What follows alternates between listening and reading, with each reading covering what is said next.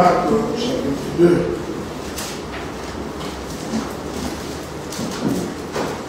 Je commence par le premier verset. Quelques jours après, Jésus revint à Capernaum. On a appris qu'il était à la maison. Il s'assembla un si grand nombre de personnes que l'espace devant la porte ne pouvait plus les contenir. Il leur annonçait la parole. Des gens vinrent à lui, amenant un paralytique porté par 4 hommes. Comme il ne pouvait pas l'aborder à cause de la foule, il découvrit le toit de la maison où il était et ils descendirent par cette ouverture des lits sur lesquels les paralytiques étaient couchés. Jésus, voyant leur foi, dit aux paralytiques, mon enfant, tes péchés sont pardonnés. Que la paix de Dieu soit avec vous. Amen. Luc raconte la même histoire. Je voudrais que nous lisions de quelle manière Luc est en train de présenter cela. Parce que la nuance est là. Je suis dans le livre de Luc, dans son chapitre 5, le verset 12. Luc est en train de raconter la même histoire, mais Luc a ajouté quelques éléments que je voudrais que nous examinions ensemble. Il dit, Jésus était dans une ville. Non, je vais sauter parce que ça, ce n'est pas ce qui m'intéresse. Je voudrais prendre le verset 17. Un jour, Jésus enseignait, des pharisiens et des docteurs de la loi étaient assis là. C'est très important, ok? Cette précision-là, Marc ne l'a pas donnée. Marc dit seulement qu'il y avait une foule, mais Luc dit, précise, c'est ce que je voulais qu'on lise. Donc, des pharisiens et des docteurs de la loi étaient assis là, venus de tous les villages de la Galilée, de la Judée et de Jérusalem, et la puissance du Seigneur s'est manifestée par des guérisons. Et voici des gens portant sur un lit un homme qui était paralytique, cherchant à les faire entrer et à les placer sous ses regards.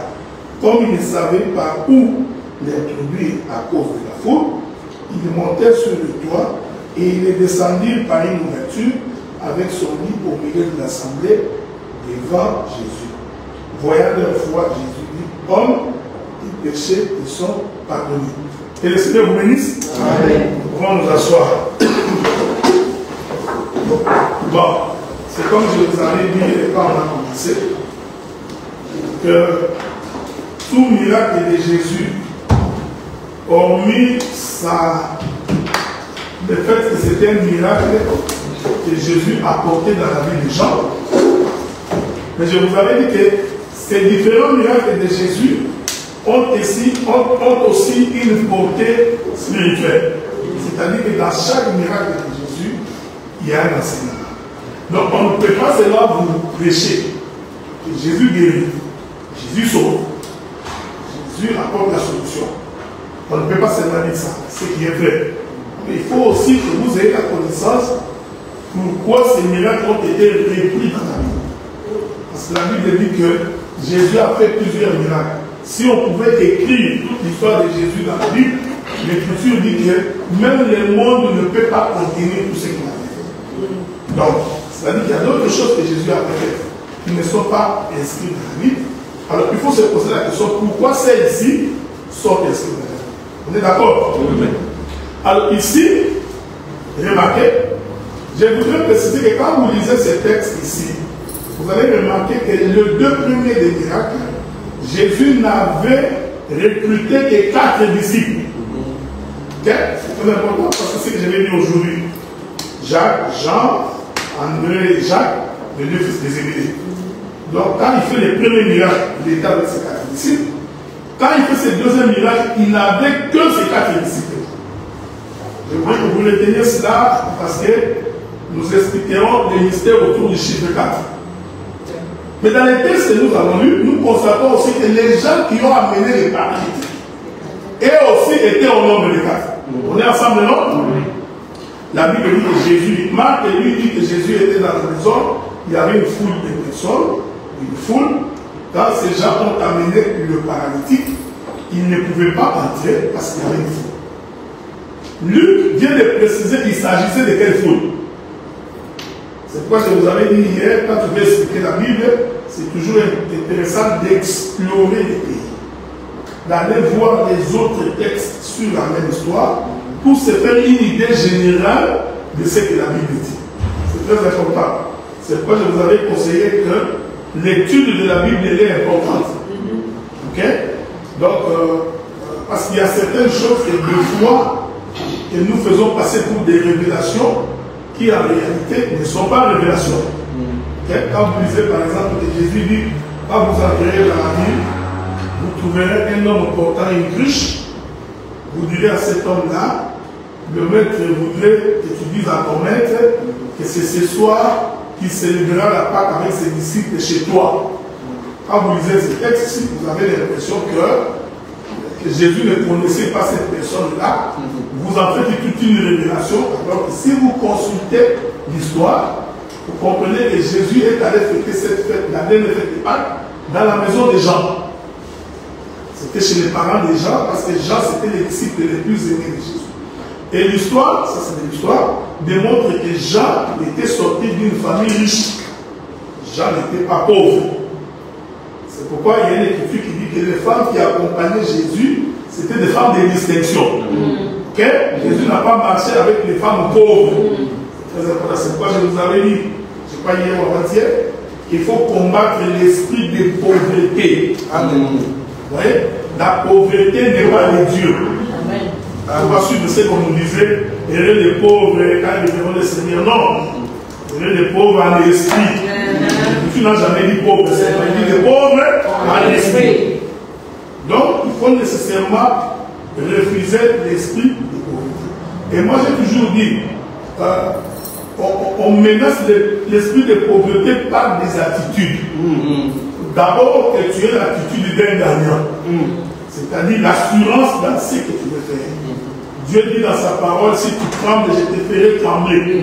Il faut que celui qui voudrait affronter la vie ait d'abord l'assurance que là où tout le monde a échoué, moi je ne vais pas échouer. Déjà quand vous croyez comme ça, votre état d'esprit fait en sorte que vous attirez l'énergie positive qui vous permet d'avancer. Quelqu'un dira, non, non, ça c'est pas la parole. Oui, c'est la parole. Et Hébreux, Psaume chapitre 1er, Dieu dit, et l'homme qui ne marche pas selon les conseils des méchants. Donc Dieu te dit de ne pas marcher avec des gens qui donnent de mauvais conseils.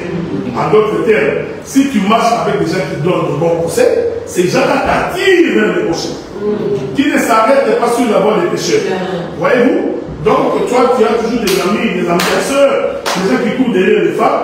Et bien, tu vas te rendre compte que ces gens-là vont attirer dans ta vie une mauvaise énergie. Moi, j'ai un principe dans la vie. Si je me rends compte que tu es médiocre et que tu me tireras vers le bas, je ne te côtoie pas. Est-ce que vous me comprenez? Donc, même Jésus, quand il s'est humilié en devenant comme nous, il ne s'est pas humilié pour rester comme nous. Il s'est humilié pour nous ramener à être comme lui. Est-ce que vous comprenez? Donc, dans la vie, dans la vie, il faut refuser la médiocrité. Il faut refuser la pauvreté. Il faut refuser d'être comme tout le monde. J'aime ça. Ok? Est-ce que vous voyez ça? Refuser d'être comme tout le monde. On peut te traiter d'orgueilleux. Non, on s'en fout. Refuse d'être comme tout le monde. Amen. Ton attitude, ta manière d'être, ta manière de vivre attirera exactement ce que tu voudrais devenir. C'est comme ça que Dieu a dit dans sa parole, si tu as la foi comme un bien d'esprit, et que tu ne doutes pas, tu diras à cette courage que tu dois dire, j'ai toi. Et l'écriture dit cela va s'accomplir. Donc ce que tu veux devenir, il faut croire à cela. Amen. Ok? Il faut croire que tu ne mourras pas comme tout le monde. Moi j'ai la confession que je ne peux pas venir sur la terre vivre anonymement. D'abord j'ai né dans l'anonymat. Vivre dans l'anonymat. Mourir dans l'anonymat. Non. Il faut que chacun de nous laisse les traces de son histoire sur la terre des hommes. Amen. Et Pour ça, on travaille.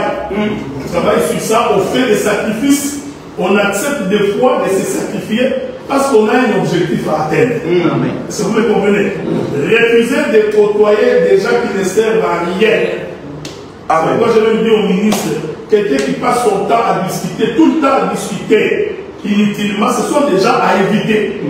Des gens qui sont dans des querelles, des discussions de généalogie, ton père c'est qui est ta mère, et ton oncle c'est pas ta mère. Vous allez après. Il vous bouffe l'énergie. Écoutez, vous savez, aujourd'hui, à force de croire que nous avons l'évangile éternel, tout ça nous explique la Bible, on a l'impression de croire que les démons n'existent plus. Donc je vous informe que les démons existent. Amen. Est-ce que vous me comprenez? Les sorciers existent et bel et bien. Il peut y avoir parmi les prédicateurs des sorciers. Et ces gens-là, ce sont des gens qui vous troublent. Il vous faut manquer la paix. Il suffit d'un petit mot qui est en réalité une flèche du monde des ténèbres. Et tu as l'impression que le simple mot qu'il a utilisé vient de te faire manquer la paix. Il faut considérer que ce n'est pas gratuit. C'est quelque chose de spirituel. Il faut te ressaisir le plus vite. Entrer en prière, et des gens comme ça, il faut les éviter. Est-ce que vous me suivez? Des gens qui vous attirent, c'est comme ma prière ce soir, et que Dieu mette sur ton chemin les gens qui vont te servir d'escalier pour ta bénédiction. Et Dieu ne met pas quelqu'un sur ton chemin qui va te retarder. Non. Dieu dit ceci. Il dit, quand il parle aux enfants d'Israël, il leur dit, souvenez-vous d'Amalek. C'est Amalek qui vous a combattu quand vous êtes sortis de l'Égypte. C'est vrai, quand vous étiez dans votre faiblesse, Amalek s'est tenu devant vous pour que vous rentriez en Égypte. Est-ce que vous me suivez? La Bible dit que ce combat-là avec Amalek, c'est un combat de génération en génération. Tu ne laisseras pas Amalek sans effacer les souvenirs d'Amalek sur la surface de la terre. Donc ne choisis pas des gens qui te retardent. Je vous conseille toujours de choisir des hommes qui sont plus intelligents que vous. Exactement. Amen. Des gens qui ont beaucoup plus d'argent que vous. Parce que ça vous permettra de pouvoir avancer. Amen. Maintenant, quand tu veux choisir, tu choisis quelqu'un qui va te dire, bon, allez au promenade pour regarder les femmes. Tu passeras toute ta journée alors que les autres travaillent, toi tu vas regarder les femmes. Tu perds ton temps. Donc c'est important. Même dans l'œuvre de Dieu, dans les ministères, nous avions appris les médiocres, les gens qui ne font pas un effort. Quand je voudrais avancer, je ne les choisis pas. Je choisis des gens qui, en regardant, je peux tirer la leçon qui m'aide à pouvoir avancer. Cette chose-là, elle est très importante. Donc, n'acceptez pas d'être comme tout le monde. Il faut vous distinguer. Amen. Ok? Shadrach, Meshach, Abednego et Daniel, tout en étant à Babylone, on pouvait dire aujourd'hui, et Dieu chez les Babyloniens, c'est les dieux de Daniel, Meshach, Shadrach et Abednego. Parce qu'ils se sont distingués. C'est vous comprenez cela? Le jour où Pharaon demande à Joseph de faire venir sa famille, Joseph dit à Pharaon, à ses frères, il dit, si le Pharaon vous demande où voudrez-vous être logé, dites au Pharaon, nous habiterons Goshen. Parce que Goshen est sur le montagne. Est-ce que vous le suivez? Il dit, nous habiterons Goshen. C'est-à-dire que Joseph a démontré à ses frères que quand vous venez, ne vous mélangez pas. Il faut quand on entre en Égypte, quand on regardera tout le monde, qu'on voit que, mais qui sont ces gens-là? Donc en fait, Israël ne s'était jamais mélangé avec les Égyptiens. Est-ce que vous me suivez? C'est pourquoi c'était plus facile pour Dieu. Quand il a frappé l'Égypte des ténèbres, c'était facile que Goshen soit éclairé, toute l'Égypte dans les ténèbres. Mais si tu étais israélite et que tu te retrouvais dans le territoire des Égyptiens, tu serais dans les ténèbres. Donc, distinguez-vous. Ça, je suis vraiment dans la connaissance et dans la doctrine. Je n'entre pas dans la révélation. Doctrinalement, un enfant de Dieu doit se distinguer. Dans ton travail, on doit savoir que toi tu es chrétien. À l'école, on doit savoir que toi tu es Dieu. Comme ça, même quand il faut leur faire des invitations inutiles, ils savent que lui là, on ne peut pas l'appeler. Parce qu'il ne viendra pas. Vous voyez? Pourquoi on vous invite à les faire? Parce que vous êtes quand même. Quand on insulte, toi tu insultes. Quand on se bagarre, toi tu te bagarres. Quand on vole, toi tu voles. Alors c'est normal. Ils trouvent qu'ils sont obligés comme nous. Mais s'ils savent que. Ah, pas lui. Donc même quand ils sont en train de critiquer, dès que toi tu as besoin d'arrêter, on va venir nous dire que critiquer là c'est mauvais. Il faut que la femme de Dieu se distingue partout où il est. Est-ce que vous comprenez ça? Ce n'est pas les gens déjà, bon, lui il brille, tout le monde sait qu'il brille, il entre dans l'avion. Comme il est dans l'avion, on ne le voit pas. Il commence à commander des bouteilles de vin. Il boit une bouteille, 2 bouteilles, 3 bouteilles, 4 bouteilles.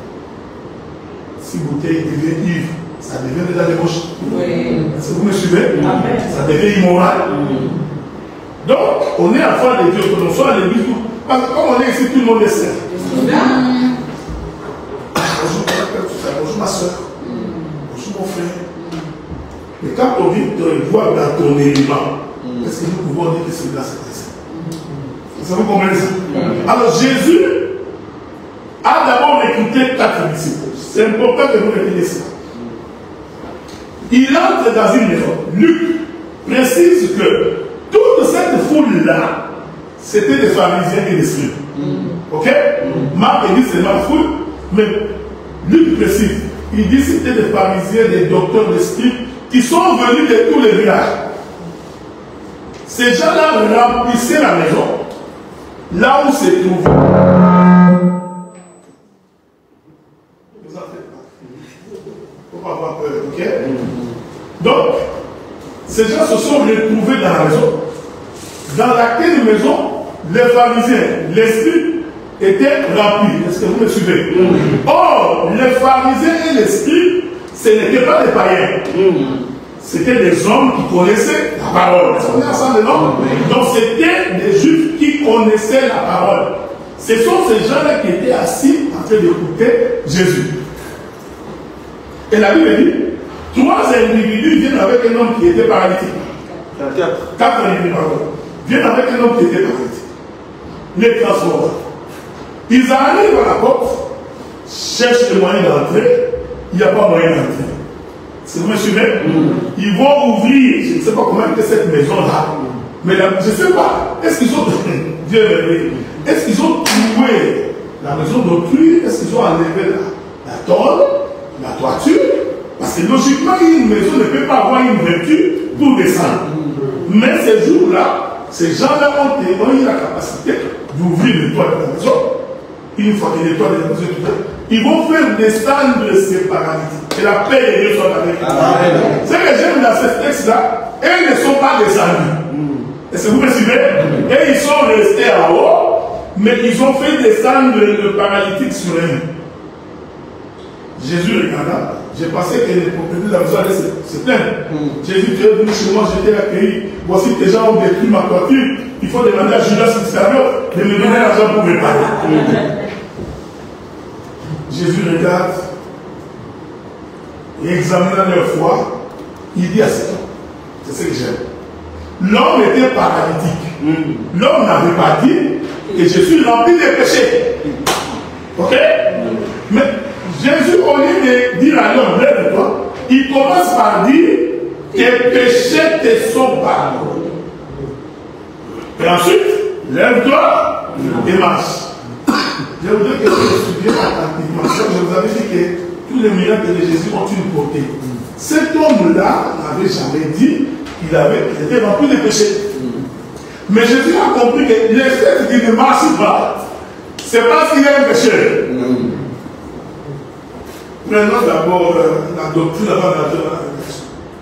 Vous savez, dans la vie, chaque fois que tu veux accéder à ta bénédiction, chaque fois que tu veux accéder à ta guérison, à ce que Dieu a béni, il y aura toujours des gens qui vont t'empêcher.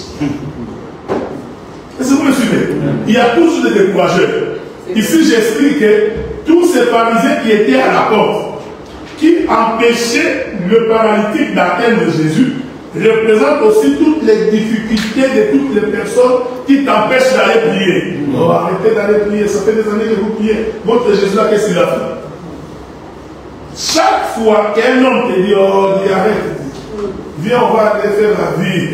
Jésus ne revient pas bientôt. Il y a des gens comme ça. Depuis qu'il a annoncé qu'il reviendra, ça fait 2000 ans, il nous a mis revenu super content. Allons faire la vie. Dans la vie, il y aura toujours des gens qui vont être pour toi des obstacles pour accéder à la guérison. Pour accéder. Tu vois, tu as une maladie incurable, le médecin t'a dit c'est fini, cette maladie-là, il n'y a pas de guérison. Tu en parles à quelqu'un, il te dit ah, oui, ma tante aussi. Avec la même maladie.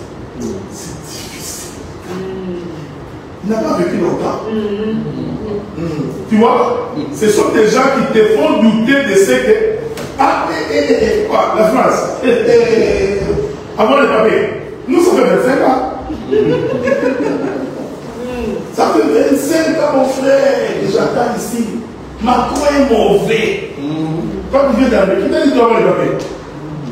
Est-ce que vous me suivez? Non. Qui t'a dit que ton chemin, c'est son chemin? Qui t'a dit que parce que tu as échoué, tout le monde échoué? Est-ce que vous me suivez? Amen. Non, celui qui a Dieu ne marche pas comme tout le monde. Amen. Quand tout le monde a peur, celui qui a Dieu ne peut pas avoir peur. Je voudrais dire à quelqu'un que les obstacles, là où les autres ont échoué, ne veut pas dire forcément que tu vas échouer. Qui t'a dit parce que tu as fait 25 ans sans papier? Moi, je fais 25. Non! Est-ce que vous me suivez? Celui qui a Dieu fait, ne jamais écouter des gens qui découragent. Quoi? Le travail. C'est difficile. Avec la crise économique, pour trouver du travail, automatiquement tu es découragé, tu ne cherches pas. J'explique, ce sont tous ces hommes-là qui étaient à la porte, qui empêchaient ces paralytiques d'être guéris. Je reste d'abord là parce que quand je vais monter dans la révélation, vous puissiez comprendre. Donc, celui qui a l'assurance de Dieu, écoutez, frère, les gens qui ont apporté les paralytiques ont vu l'obstacle. Ok? Ils étaient légers. Quelle réflexion? Ils se sont dit, bon, puisque nous ne pouvons pas entrer, il faut que nous trouvions une solution pour entrer. Frère, devant toutes les difficultés, c'est lui qui a Dieu. Alléluia. Pour toujours une solution. Amen. La maladie n'est pas une fatalité. Est-ce que vous me suivez? L'échec n'est pas une fatalité. La capacité de l'homme, c'est de se poser la question. Puisque je ne peux pas accéder, quelle est la voie autre que Dieu ouvre pour moi pour que je puisse entrer? Or, vous savez, généralement, on entre par la porte. On est ensemble, non? Naturellement, on entre par la porte. Mais ces gens-là ne sont pas entrés par la porte. Ils sont entrés par le toit. Amen. Je reste d'abord ici parce que avant de toucher la révélation. C'est-à-dire qu'il faut imaginer une chose de bon. Puisque nous, frère, en toute difficulté, quels que soient les défis, la Bible dit qu'il y a toujours une voie de sortie. Amen. L'Éternel ouvre toujours une brèche pour ses enfants. Amen. Le diable qui tentera, Dieu te donnera toujours la possibilité de t'en sortir. Remarquez que ces 4 personnes arrivent avec un paralytique, cherchent la porte d'entrée. On est ensemble, non? Ils se disent, puisque nous ne pouvons pas entrer par la porte, nous allons entrer par le toit. Quelle la paix de Dieu. On pourrait leur dire, vous êtes des voleurs. Alors que tout le monde entre par la porte, vous entrez par le toit. Je voudrais dire ceci. Les gens qui vous découragent, qui vous empêchent d'avancer. Ce que j'ai dit, c'est une leçon de vie en tout. C'est pourquoi chaque fois que quelqu'un te parle, il faut toujours te poser la question, son parler a quel effet sur moi? Il poursuit quoi? Est-ce qu'il parle pour que je sois découragé ou il parle pour que j'avance? La crise économique est terrible. Ces jours-ci pour accorder des visas avec des histoires qu'on tue les gens par tous les terrorismes, les Schengen ne donnent pas les visas. Ne savez pas. Quand tu as Dieu, Dieu trouvera toujours une porte là où tout le monde est échoué. Et les gens poseront la question, mais comment c'est possible que nous aussi on est passé par là, on n'a pas obtenu, mais toi tu as obtenu? La Bible dit un jour, Pierre et Silas, je crois, si je ne me trompe pas, Silas ou Pierre. Non, je crois que c'est Pierre qui était en prison. Je vais d'abord chez Pierre. Pierre était en prison pendant que les disciples priaient pour lui. Est-ce que vous me suivez? Pendant qu'il priait, Dieu a fait sortir Pierre. Est-ce que vous me comprenez? Dieu a ouvert toutes les portes. Pierre s'est posé la question. Est-ce que c'est une vision ou c'est une réalité? Quelqu'un a pris par la main, les portes s'ouvrent, tout, il s'est tout dehors. Dieu est capable, là où on a mis les livres. Il n'y a pas de sortie. Dieu peut ouvrir une porte pour toi. Amen. La question, c'est croire. Amen. Est-ce que vous me suivez? Ce que tu crois va arriver si tu le crois forcément. Amen. Moi, j'ai toujours la foi que l'évangile que nous avons va être écouté de beaucoup de personnes. Amen. Et moi, j'ai toujours prié, j'ai dit Dieu, ça prend juste un milliardaire. Ça nous prend un milliardaire, juste un milliardaire qui croit à l'évangile pour ce qu'il il va acheter la télévision, il va acheter la radio, et nous viendrons, tout le monde écoutera. Est-ce que vous me suivez? Mais aujourd'hui, Dieu est tellement bon. Il nous a donné les réseaux sociaux. Les réseaux sociaux, tu peux parler ici, là. Quelqu'un à Katakoko, il va t'écouter. Mais il y a des gens qui trouvent que les réseaux sociaux, c'est là pour mettre les photos. Nous n'avons pas la même vision. Hein? Donc, j'étais en train de regarder les réseaux sociaux aujourd'hui. Du chagrin monté dans mon cœur. Je me suis dit, je voudrais comprendre comment des sœurs, surtout vous, les femmes, comment les sœurs mettent les chansons de Dieu, mais ils montrent leur belèvres. Je voudrais que vous m'expliquiez. L'homme met son téléphone, il met la chanson de Dieu, il danse, mais après ça, il tourne. Pour que nous regardions ses postérieurs. Vous voyez comment vous blaguez avec le Seigneur. Mes frères ne parlent pas. Et nos soeurs, ils prennent les balles, ils mettent sur la hanche. Quand ils dansent, tu as l'impression que c'est la danse obscène. Il y a un clip qui vient de sortir, tout le monde a fait la chanson tout le temps ici, ces derniers temps. C'est très étonnant, pasteur Félix. Tout le monde, à toi, j'ai oublié, c'est un peu du CBD comme ça, tout le monde fait des pas de danse comme ça, vous là déjà vous savez, vous déjà moi j'ai vu ça. Quelqu'un a pris cette musique-là, il l'a mis avec la musique de JB. Mes frères, mais c'est identique. Oui, c'est vrai. Et les pas de danse, et guitare, et synthé. Je vous dis, on a juste changé les mots. Hein? Pour Dieu, on a mis les mots de la Bible, mais et la manière de danser, et le CV, et la chorégraphie. Il a dit. J'ai dit, donc les gens sont tous charmés. Tous ces gens qui chantent là. C'est les soucis de Wenge qui les fait danser. Ils ne dansent pas pour Dieu. Est-ce que vous me suivez? Non.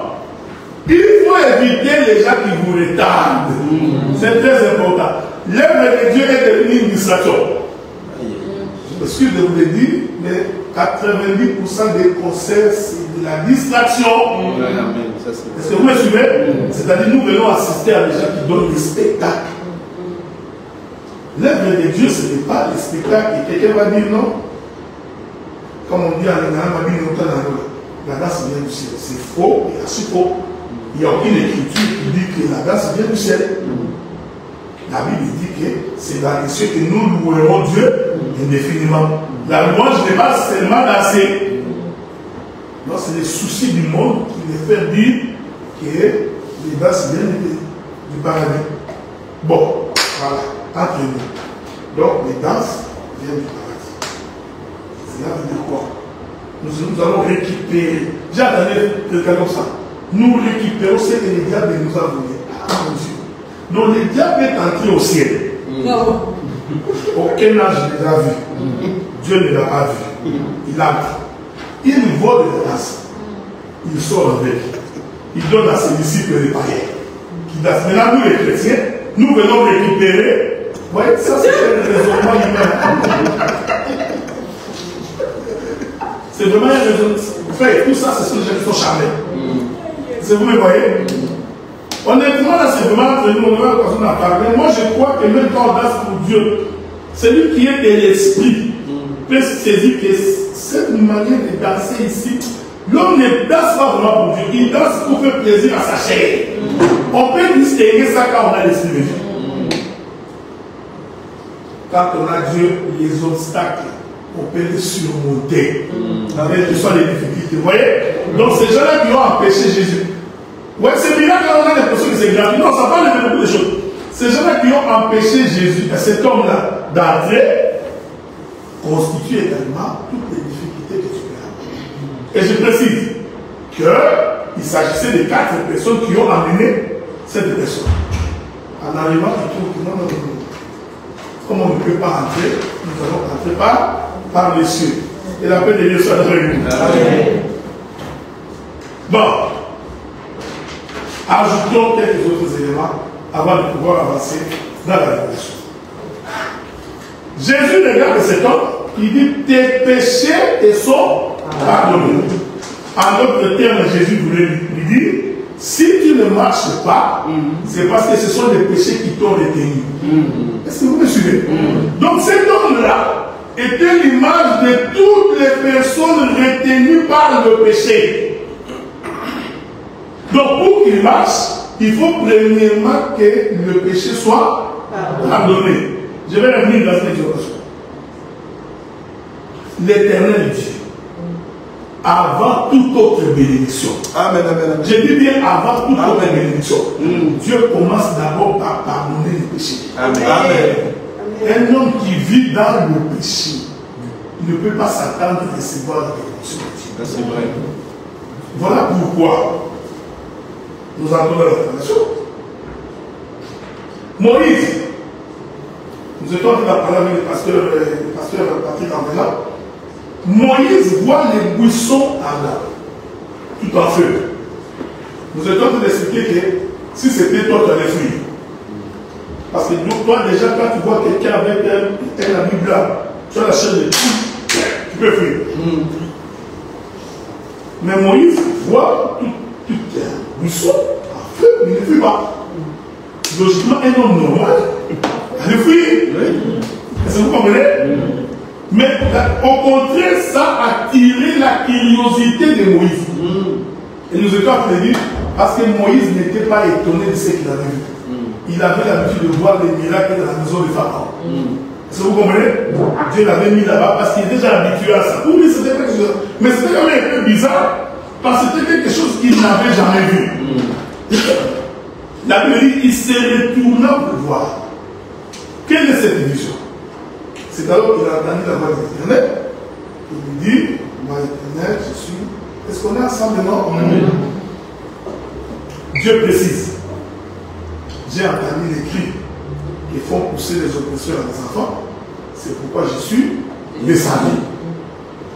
J'attire votre attention parce que ce que je vais dire va être difficile pour beaucoup pour saisir le pourquoi des 4 individus qui ont amené ces paralytiques. Dieu avait dit à Abraham que ta postérité sera en Égypte. On est ensemble, non? Amen. Moi, Dieu, je descendrai.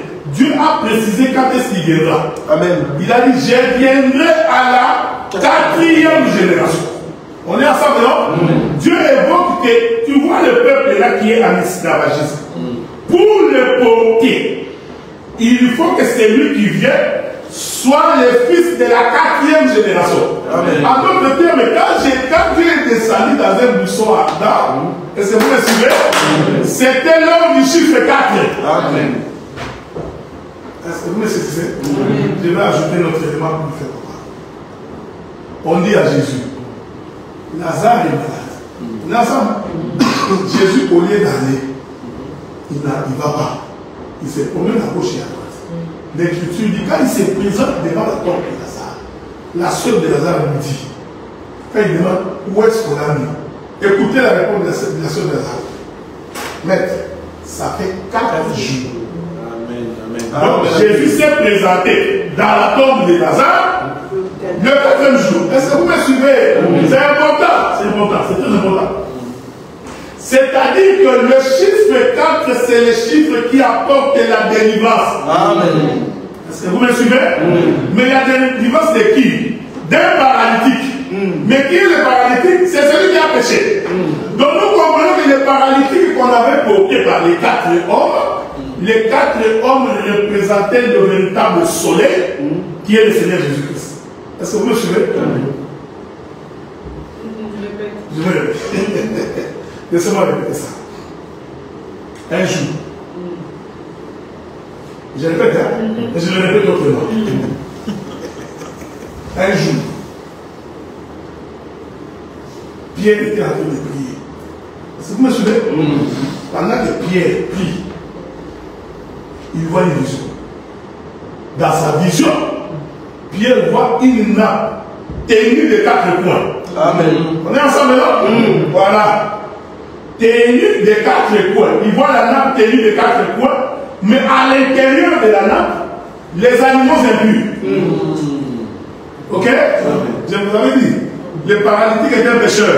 Amen. Parce que Dieu a dit, les péchés te sont pardonnés. Donc le paralytique est un homme impur. Amen. Pierre a vu ça dans une nappe, dans la maison. Mais la nappe, vous me faites déjà entrer dans la matière, mais la nappe descendait des cieux. Amen. Vous comprenez pourquoi les 4 individus devaient monter au toit. Alléluia. Pour que celui qui descend comme une nappe qui descend des cieux. Amen. Est-ce que vous me suivez? Amen. Pierre voit une nappe qui contient des animaux impurs. Dieu lui dit, mange. Il répond, Dieu, rien d'impur n'est entré dans la bouche. Il disait à Dieu, ce qu'il y a dans la nappe, c'est impur. Est-ce que vous me suivez? Bon, les paralytiques étaient impurs. C'est quelqu'un qui avait les péchés. Il avait les deux sortes avec nous. J'espère que vous allez répondre autrement. Voilà, merci. C'est pourquoi la Bible dit, Dieu parle tantôt d'une manière, tantôt d'une autre. Donc, quand on explique la Bible, frère, je n'avais pas besoin de répéter seulement le même texte. Parce que déjà, tu avais des difficultés à comprendre. Mais j'utilise un autre texte qui te permet maintenant de comprendre. Est-ce que vous me suivez? Je vais revenir là-bas parce que j'ai des choses à dire là-bas que j'ai laissé en suspens. Pierre dit, dans ma bouche, rien d'impur n'est entré. On est ensemble, non? Jésus dit à Pierre. Non, Dieu dit à Pierre, c'est que moi, j'ai déclaré. En d'autres termes, c'est que moi, à qui j'ai pardonné le péché, Alléluia. toi tu ne peux pas dire que c'est un pécheur. Si vous me suivez, laisse-moi faire une exhortation. Quand Dieu te justifie, Alléluia, tu t'en fous de ce que les autres disent. Vous voyez, frère? Et personne ne dit que toi tu es un païen, tu vas aller en enfer. Non! Quand Dieu t'a justifié, que les hommes disent que tu es un pécheur, tu t'en fous, parce que c'est lui qui t'a justifié, il est juste. Alléluia. Est-ce que vous me voyez? Le brigand qui est entré au ciel, qui était sur la croix avec Jésus, auprès de qui Jésus avait dit que ce soir, tu seras avec moi au paradis. Si tu demandes aux gens qui étaient sur la terre, est-ce que cet homme-là ira au ciel? Ils vont te dire jamais. C'est là, c'est un brigand qui volait ici, non? Mais cet homme est entré au ciel. Pourquoi? Il s'en fout des témoignages des autres. Moi, j'ai appris dans l'œuvre de Dieu. On s'en fout des témoignages des hommes. Les hommes ne font que critiquer. Ils ne voient que le mauvais côté. Ils ne voient que le verre à moitié vide. Est-ce que vous comprenez? Si tu t'accroches au témoignage des hommes, tu n'avances pas. Frère, pourquoi tu as commencé l'œuvre là-bas? Toi, tu es qui? Ça va te retarder pour rien. Concentre-toi dans ce que Dieu t'a dit. Amen. On posera la question à cet homme avec, parce qu'on va le trouver. On dit, dis-nous. Dis-nous. Depuis quand toi tu vois? Ah, il est levé. On appelle ses parents. Venez. Est-ce que c'est votre fils là? Il était vraiment avec. Ils disent, mais en tout cas, être avec, il était. Mais là, de quelle manière il a vu?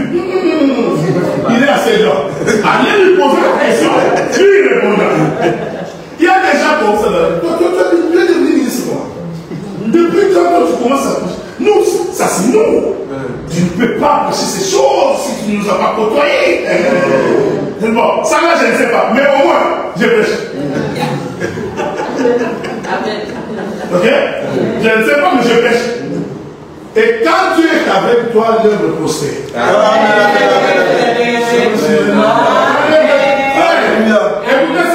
Jésus a dit aux pharisiens, il dit, bon, si vous ne croyez pas par ma parole, mais croyez ne fût-ce que pour les œuvres que j'ai accompli. Est-ce que vous comprenez? Donc, on n'a pas besoin de se justifier.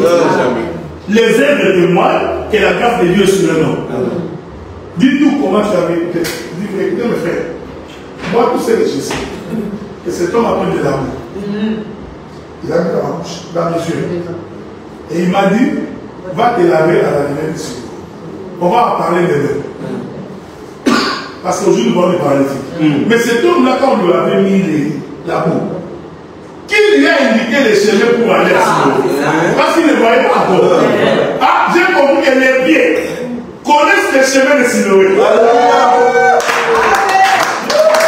C'est pourquoi la Bible dit, sur le chemin de racheter. Même un insensé ne peut pas se perdre. Quand Dieu te met sur le chemin du salut, frère, ne pose pas la question, je ne vois pas. Non, crois à tes pieds. Il conduira tes pieds jusqu'à destination, frère.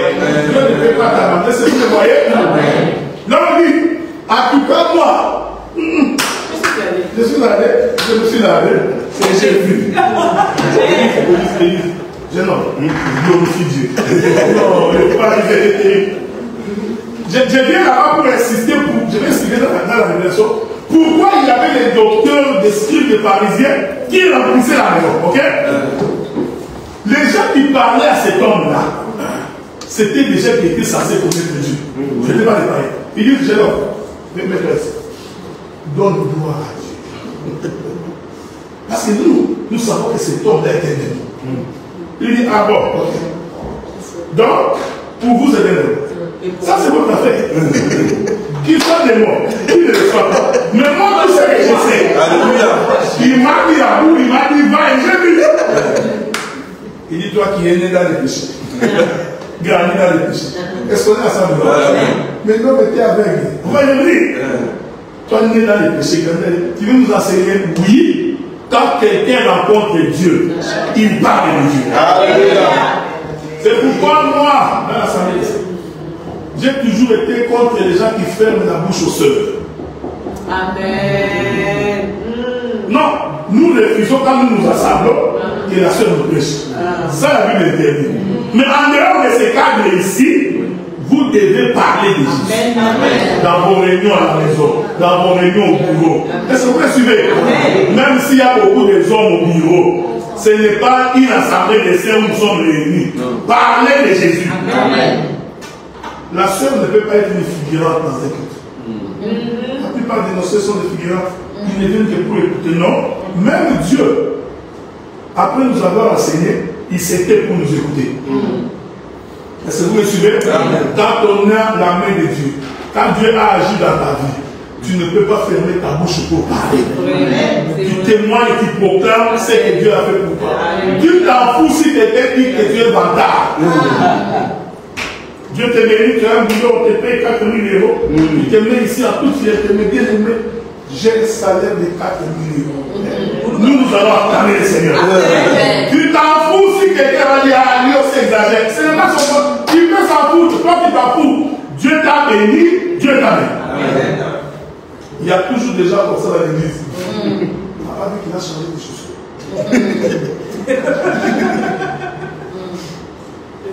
Ses frères, on était avec lui, il était ici, il roulait dans le Twingo.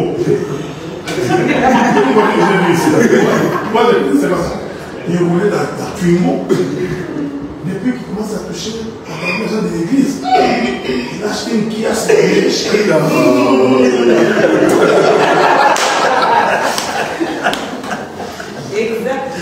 Des gens comme ça, il y en aura toujours. Vous me comprenez? Nous étions avec lui tout le temps. Qu'est-ce qu'il prêche de si extraordinaire? Pourquoi son église s'est remplie toujours? Comme il va régulièrement au Congo, là, c'est ce qu'il est en train d'arriver voir les féticheurs.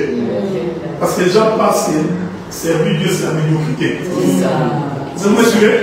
Donc dès que tu prospères, pour un homme qui n'a pas connu Dieu, il pense que Dieu ne peut pas élever quelqu'un. Non! Dieu élève les gens. Et qu'est-ce que vous me suivez? Dieu a élevé Daniel, Meshach, Shadrach et Abednego. Joseph a été élevé. Pourquoi vous croyez que nous devons seulement être comme tout le monde. Non. Tu sais Dieu, dans la crainte de Dieu, en toute honnêteté, en toute sincérité, moi j'ai la foi que Dieu va t'élever. Amen. Vous comprenez ça? Amen. Mais les jaloux ne marquent pas. Pourquoi c'est toujours le pasteur Freddy qui va aux États-Unis?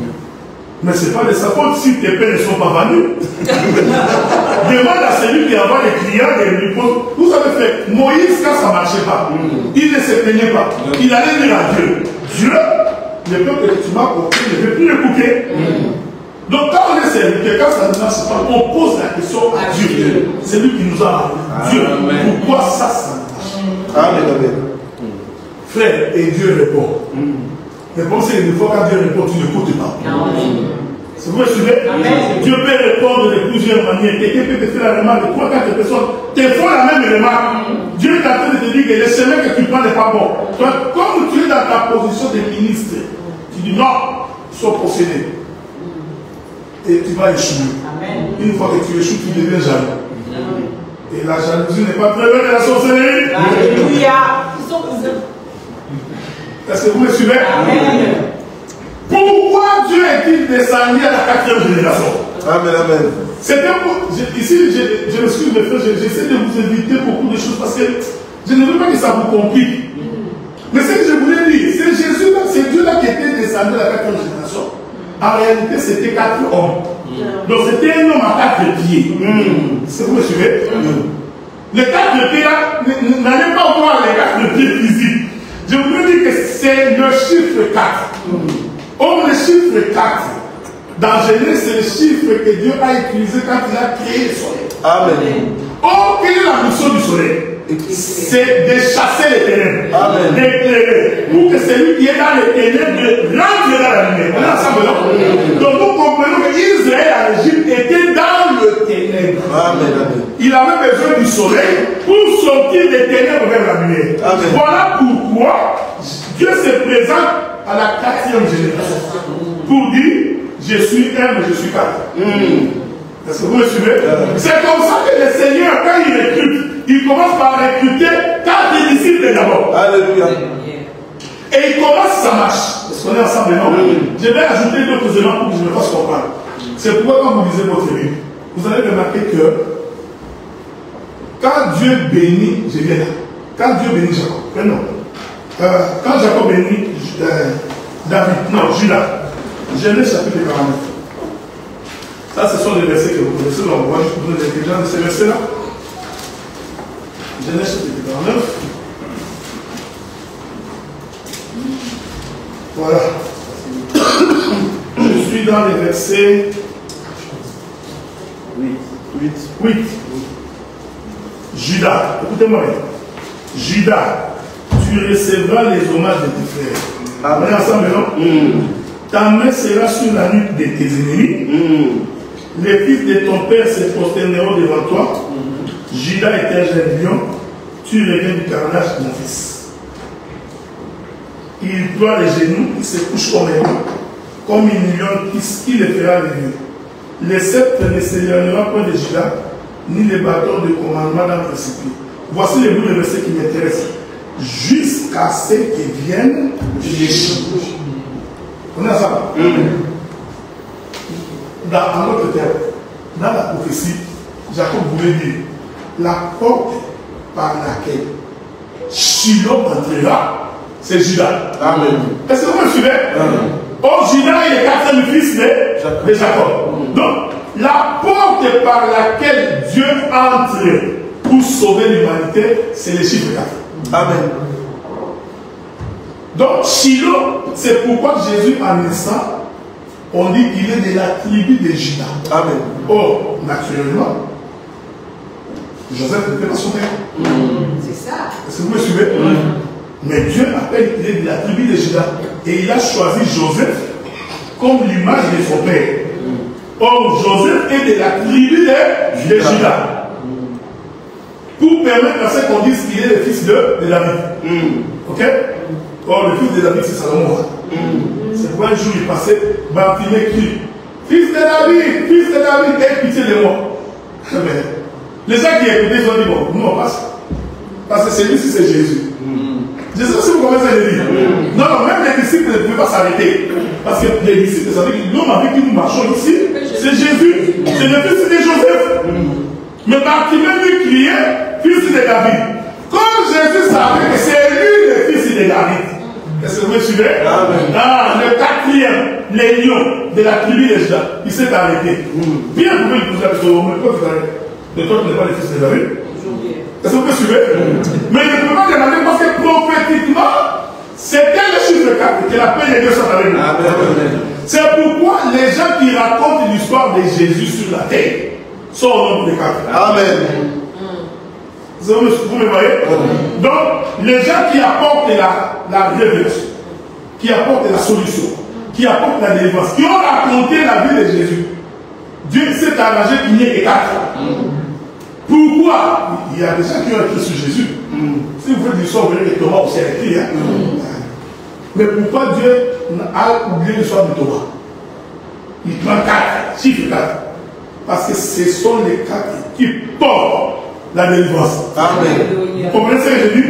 Tout ça, c'est pour expliquer les 4 individus qui ont porté le paralytique. C'est-à-dire, ce sont eux qui ont apporté les paralytiques, qui l'ont délivré pour être sauvés. Amen.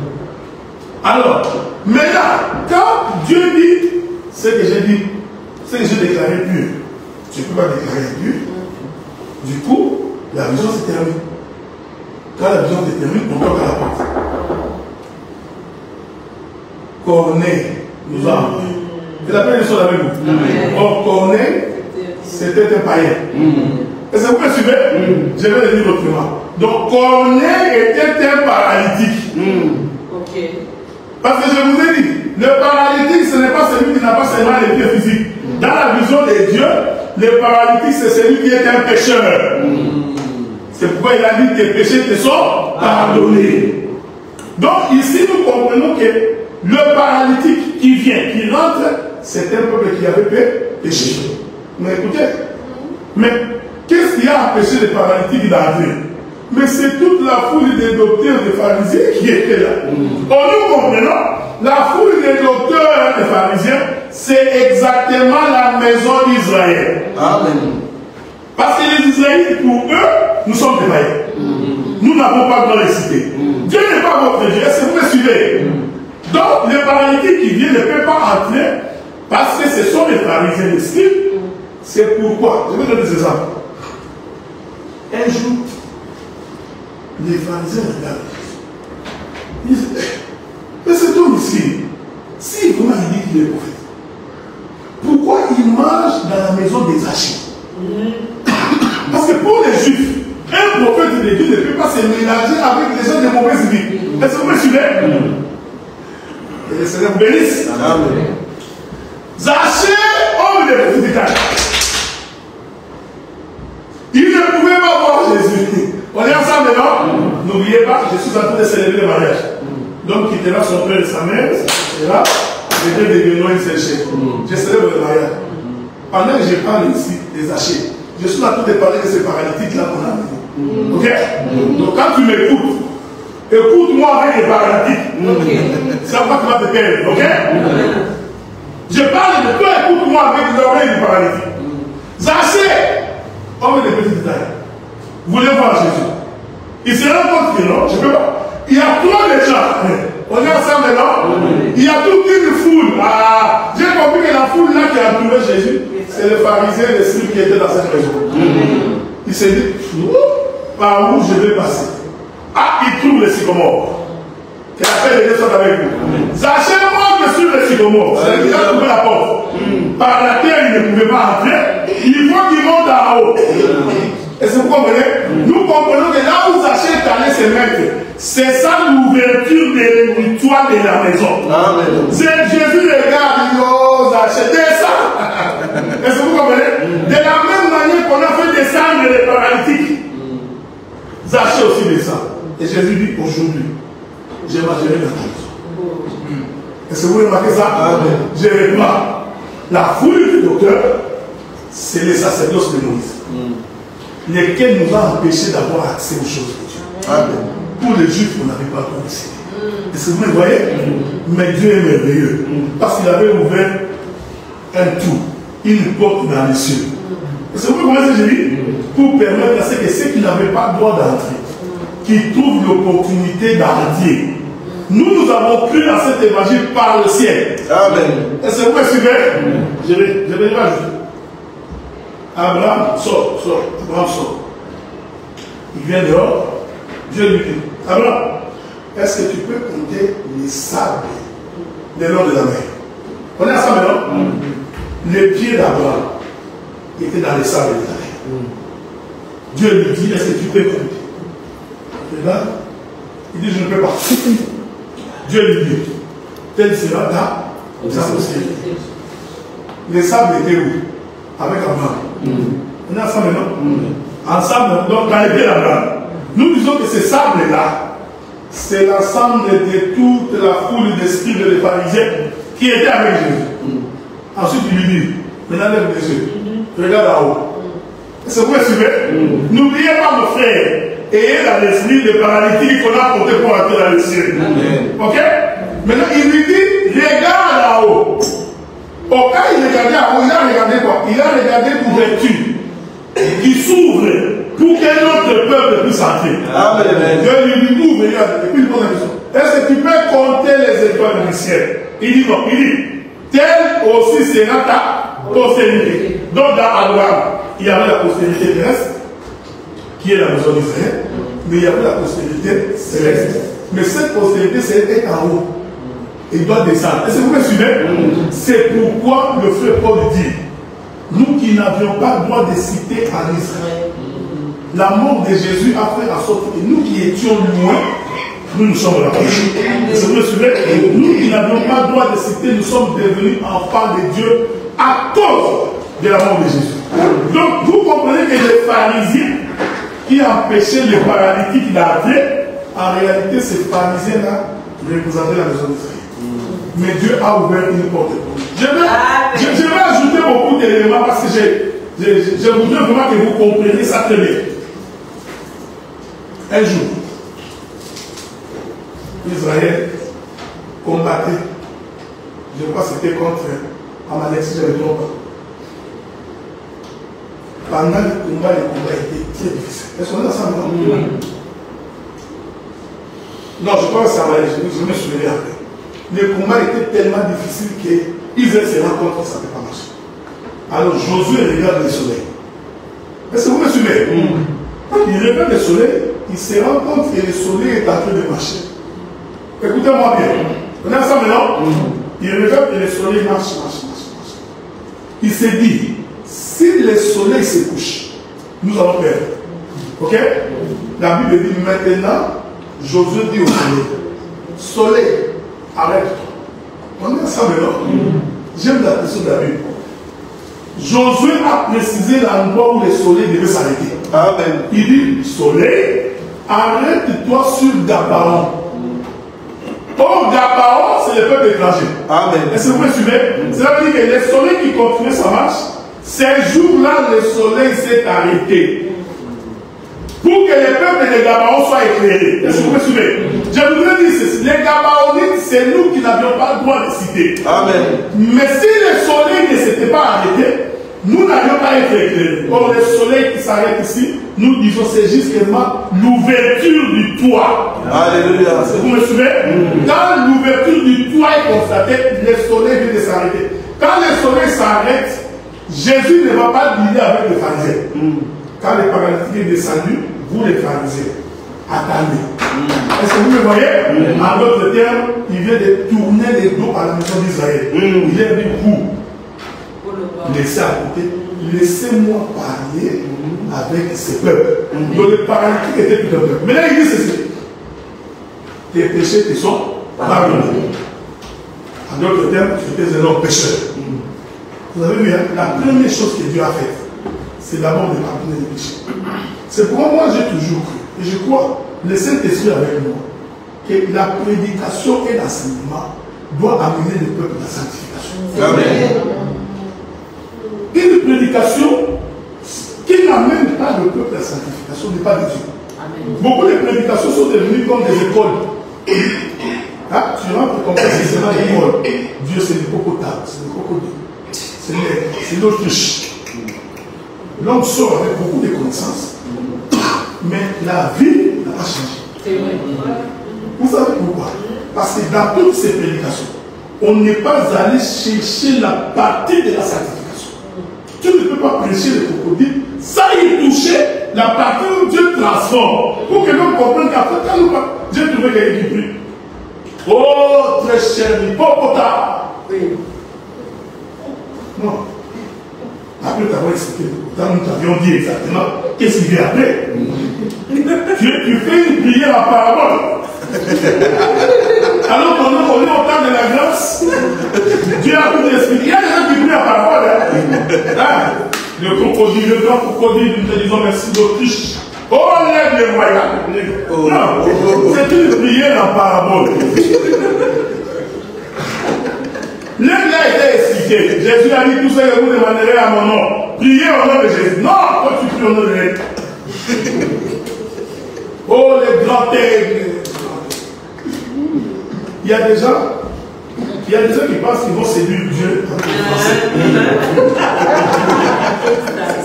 Il y a des gens quand ils prient, tu sais que cet homme-là, c'est un macroniste qui tout fait. L'éternel va tout ça pour être le ciel de la vie. Il n'y a pas de Dieu qui soit comme toi. Oh, merveilleux. Qu'est-ce qu'on a fait de tout ça? Tu changes les tons. Quand il parle français, il ne parle pas comme ça. Pourquoi dans la prière, les français, tout d'un coup à changer? Parce qu'il croit que dans la prière, dans les temps, il va séduire Dieu. C'est comme j'ai toujours été étonné de vous les prédicateurs. Pourquoi tu sais parler soigné? Pourquoi tu veux prêcher en français? Oui, c'est ça.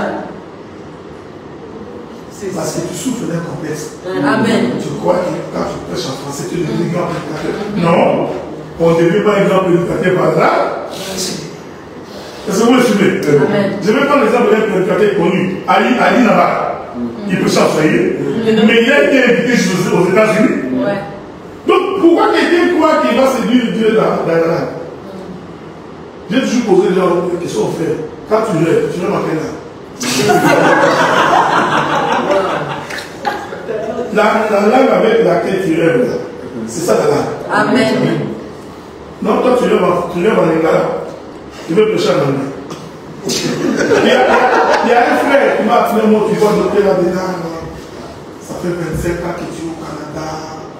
Pourquoi tu prêches pas en anglais? J'ai dit, mon frère, pourquoi? Pour t'impressionner que je sais parler l'anglais. Je parle l'anglais. Mais prêcher, c'est autre chose. Est-ce que vous comprenez ce que je dis? C'est pourquoi quand Dieu veut se révéler à un peuple, il se révèle à ce peuple dans la langue du peuple. Est-ce que vous comprenez ce que je dis?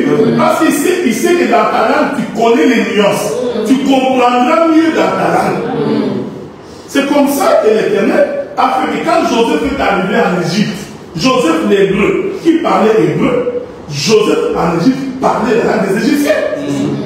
Et quand tu arrives en Égypte, Joseph ne s'appelait pas Joseph. La Bible dit qu'il a porté les noms des Égyptiens. Quand tu viens de prêcher, tu vois Jésus, c'est français. Il faut l'appeler en son nom propre. Yehoshua Hamashiach. Là, tu verras les gens qui disent, oh Yehoshua Hamashiach. Nous prions au nom de Yehoshua. Il faut dire en hébreu, non? Yehoshua Hamashiach, c'est pour les Hébreux. Quand il s'est révélé à nous, il s'est révélé dans les noms de notre langue. Yesu. C'est pourquoi même Daniel ne cherche à dire qu'il a révélé. Ça, c'est les noms qu'ils avaient quand ils étaient chez eux. Mais quand ils sont arrivés à Babylone, on les a changé les noms. Est-ce que vous comprenez? Donc, ne souffrez pas d'un complexe. Le Seigneur a fait que Israël stop. Je traite avec le peuple. Est-ce que vous me voyez? C'est pourquoi aujourd'hui, je vous ai toujours dit, si quelqu'un organise une croisade, pratique une folie, parce que la folie peut les saisir là. La folie saisit pratique. Il réveille, il dit, oh, j'ai une vision. Nous irons visiter la tombe de Jésus. Il faut refuser. Est-ce que vous me suivez? Mais l'histoire est bonne. Nous allons voir la tombe de Jésus. Nous prenons la route de la Tel Aviv. Nous allons marcher là où Jésus a marché. C'est ici le chemin de Gethsémani. Le lieu de lamentation. Il y a aussi un autre bandit, son petit papier. Il met dans le mur, il dit que Dieu écoute ma prière. Il était malade. C'est le mur de lamentation où Dieu écoute la prière. Jésus a déjà défini. Il dit tout ce que vous demanderez à mon nom. Je vous donnerai. Mais toi, tu vas encore sur le mur de lamentation. J'ai vu une dame qui est entrée dans le tombeau de Jésus. Il y a cette femme-là, sa vidéo a fait le tour du monde. Elle sort, elle commence à parler là. Oh, je on dit, maman, qu'est-ce qu'il y a? Je dis, ça fait. Vous croyez vraiment qu'il y a ça? Non. Non, c'est un démon.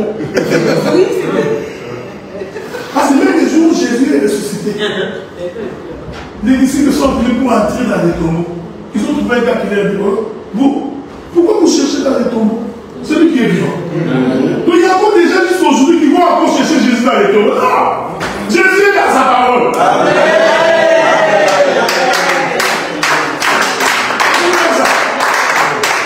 Quand j'écoute un pasteur, je suis allé en Israël, j'ai amené des bouteilles d'eau du Jourdain, un démon. Démon! Il est en train de nous envoûter. C'est pas des bouteilles, tu as mis de l'eau là, tout rien ne marche. Est-ce que vous me suivez? Amen. Nous allons conclure bientôt. Regardez.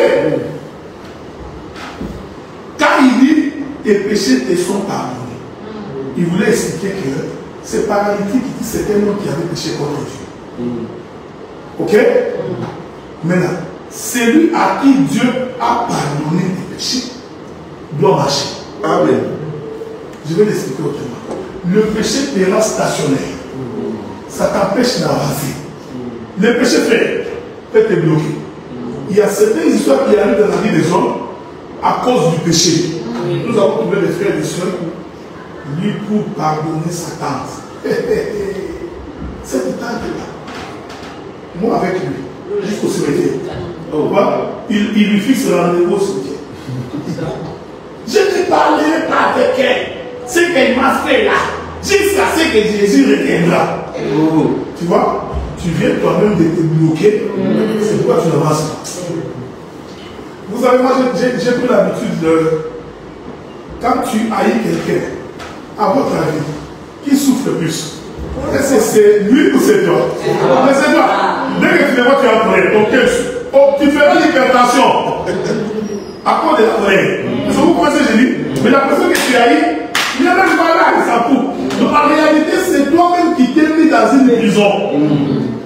Est-ce que vous comprenez? Quand Dieu pardonne, il faut qu'il y ait la libération. Je répète ça. C'est pourquoi Dieu avait la capacité de renverser Pharaon en Égypte. Vous savez, non? Quand quelqu'un appelle le vent pour séparer les eaux, il peut juste envoyer le vent, toute l'armée de Pharaon est éclaboussée. Révolution, Moïse prend le pouvoir.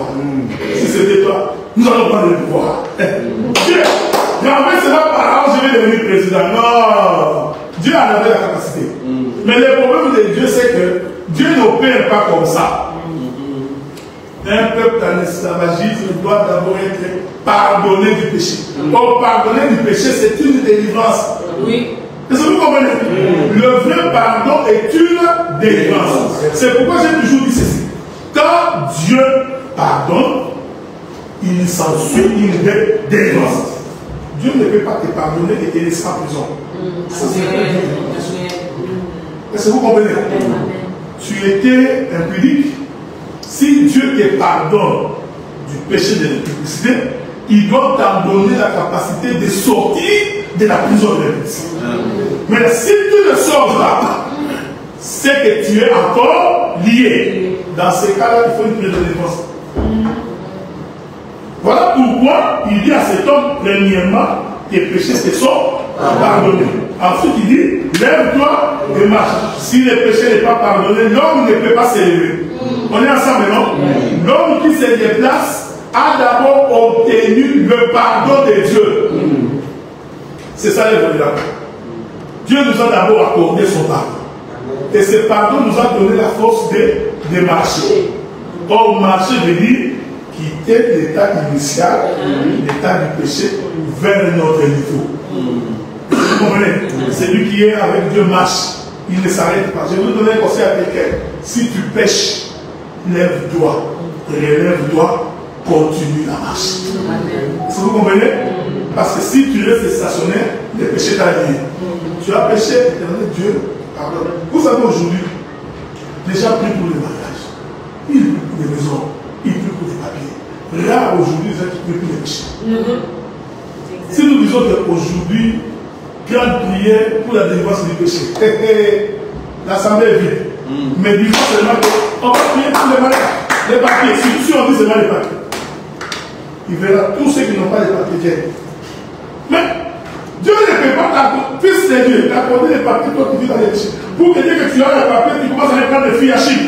Mais qu'est-ce que c'est Dieu là? Quel est ce Dieu-là qui va t'accorder une bénédiction pour que tu tombes dans les péchés? Je ne sais pas si vous comprenez. Non, dès que toi, regarde comment tu fais ta prière. Mon cher, comment ça va? Il y a des femmes à Chine là. Surtout vous les Européens, on connaît. Ces femmes-là sont à Chine, sauf pour entrer dans l'Union européenne. Dès que je vais, tu vois, tu crois que Dieu est bête. La Bible dit que Dieu connaît la fin de la chose. Déjà son commencement. Voilà pourquoi tu dis tu ne tiens pas. Parce que ta demande là a de mauvaises intentions. Les jours où j'aurai le travail, ces frères-là verront l'Égypte qui n'ont jamais vu. Sentiront. Quand Dieu regarde, il dit voilà, elle est insensée. Il ne te l'accorde pas. Et c'est pourquoi j'ai dit. Donc il y a des demandes que nous faisons qui prouvent qu'on n'est pas délivré. Voilà pourquoi le paralytique, avant de marcher, il commence d'abord par pardonner ses péchés. Maintenant, écoutez, vous me suivez? Les pharisiens qui étaient dans la maison ont été étonnés du fait que Jésus a pardonné un paralytique. Est-ce que vous me suivez? En d'autres termes, mais pour eux, les paralytiques n'ont pas droit au pardon. Israël n'avait jamais cru que nous obtiendrons le pardon. Pour nous, nous sommes des incirconcis. Nous ne nous mélangeons pas avec vous. Et c'est vrai ça? C'est pourquoi même quand Pierre est entré dans la maison de Corneille, il a eu peur des autres juifs. Parce qu'ils ont posé, Dieu allait faire quoi chez Corneille? Dieu n'est pas avec les Corneilles. Est-ce que vous me suivez? Dieu a dit qu'il est dit bon. Mais puisque Dieu a dit qu'ils sont purs, qu'est-ce que moi j'ai à voir là-dedans? Est-ce que vous me suivez? Les pharisiens n'ont jamais compris pourquoi nous sommes entrés dans ces choses. Pourquoi Jésus va devenir notre Dieu? Alors Jésus connaissant leurs intentions. Il les regarde, il dit, honnêtement, qu'est-ce qui est plus difficile que de dire à un homme que les péchés te sont pardonnés que de dire leur image? Ce qui est plus facile, c'est de dire que les péchés te sont pardonnés. Mais ce qui est difficile, c'est de dire à cet homme, lève-toi et marche. Et la paix de Dieu soit avec vous. Mais cet homme qu'on a pardonné le péché n'était pas dans la maison. Il est venu de loin. On est ensemble, non? C'est là que je vais finir. Cet homme est venu de loin. En venant de loin, il a obtenu le pardon du péché. Je vais fermer ma Bible. C'est fini. Un jour, Salomon dit à Dieu, Dieu, j'ai un problème avec toi parce que toi, tu es un dragon qui te promène partout. Moi, Salomon, je vais te construire une maison. Je veux que vous m'écoutiez, hein? Je vais te construire. N'oublie pas. Pendant que je parle ici, les paralytiques ne portaient pas 4 minutes. C'est ce que je suis en train de dire ici.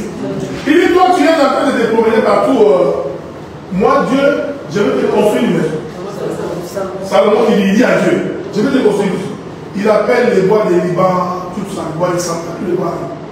Il construit la maison. Les temples. Vous êtes d'accord, hein? Il finit de construire les temples. Je veux que vous m'écoutiez attentivement. Celui qui est en train de construire les temples, c'est le fils de David. C'est un juif. On est ensemble là? Ah ouais, c'est un juif. Il finit de construire. Dieu constate que Salomon lui a construit une maison. La Bible dit, ce qui s'est répété dans le désert, s'est répété dans ces choses. L'Écriture dit, la colonne qui t'a les cieux, on est ensemble non? Entra dans la maison. Je vous le dis ceci, écoutez-moi bien. Jésus dans la maison là où il était, parce que l'Écriture ne nous dit pas que c'était la maison de qui? Hein? L'Écriture dit qu'il était dans une maison, Mais dans la maison, il était avec les Juifs, les pharisiens. Donc, la colonne descend, rentre dans la maison. Je vous le dis ceci. Cette colonne-là qui est rentrée dans la maison, c'est Jésus qui rentre dans la maison. Ah, vous me suivez? Une fois qu'il est entré, il répond à Salomon. Il dit, Salomon, j'ai exaucé ta prière. Comme tu m'as construit une maison, j'habiterai dans cette maison et j'y habiterai éternellement. Donc, pendant que Salomon était devant la maison, qui était dans la maison? Dieu. On est à sa maison. C'est ici que nous expliquons que Jésus-Christ est Dieu. Dans ce texte ici, ce n'est pas Jésus qui était dans la maison. C'était Dieu. Il est descendu, il est entré. Il a. Maintenant, Salomon prie. Pendant que Salomon prie, Salomon est entouré des Juifs. Est-ce que vous me suivez? Salomon est entouré du peuple d'Israël. Ces jours-là, c'était Dieu avec son peuple. Salomon prie. Il dit, éternel Dieu, ton peuple, s'il est en difficulté, qui vient prier dans cette maison, du haut des cieux, exauce. S'il a des maladies, est-ce que vous me suivez? C'est le discours de Jésus avec les pharisiens. Est-ce que vous me suivez? Ton peuple est de toi. Là, tout le monde, tout Israël voyait Dieu est dans la maison. Il cause, il finit. J'avais pensé que Salomon allait finir.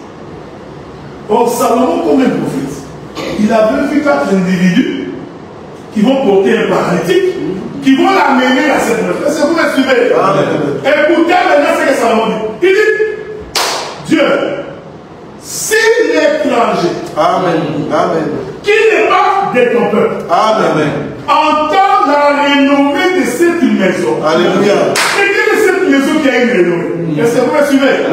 Et que l'étranger vienne à ces lieux.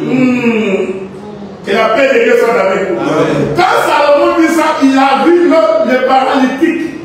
Donc, lui qui était l'étranger, qui ne faisait pas partie de ce peuple, il a vu cet étranger venir. Il dit, lorsque l'étranger entendra la renommée et qu'il viendrait en ces lieux, ô éternel Dieu, même lorsqu'il aura péché, que tu pardonnes ses péchés. Si les Juifs pouvaient comprendre que celui qui était en train de pardonner les péchés de ces paralytiques, c'était Dieu dans sa maison. Parce qu'eux ont dit, qui peut pardonner les péchés si ce n'est pas Dieu? Donc ils ont confirmé que puisque cet homme ici pardonne les péchés, c'est que c'était Dieu. Et que la paix de Dieu soit avec vous. Il n'a pas pardonné les péchés des pharisiens, ni les péchés des scribes. Il a pardonné les péchés de celui qui est venu au loin. Laisse-moi te dire ce soir, toi qui étais au loin, combien de péchés, de malédictions, de difficultés, quand tu viens dans la présence du Seigneur, Dieu pardonne tes péchés. Nous allons nous mettre debout pour prier.